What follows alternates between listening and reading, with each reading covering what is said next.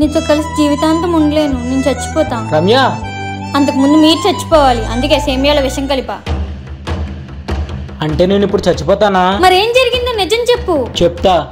ఆ రోజు పోలీసులు ఇల్లంతా ఒకసారి వెతకమన్నారు. మీరు కూడా ఒకసారి ఇల్లంతా చెక్ చేసుకోండి. నువ్వు సరిగ్గా తొడకుండా వెళ్ళిపోయావని అమ్మ ఇల్లంతా తుడిచింది. నవీన్, బంగారం దొరికింది రారా.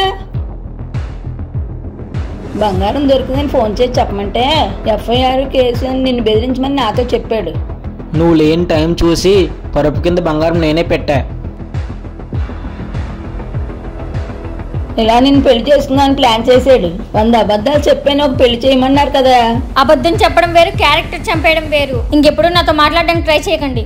మమ్మల్ని హాస్పిటల్కి తీసుకెళ్ళు. 100 అబద్ధాలు చెప్పి పెళ్లి చేయడమే కాదు, ఒక్క అబద్ధం చెప్పి పెళ్లి ఆపేయచ్చు కూడా.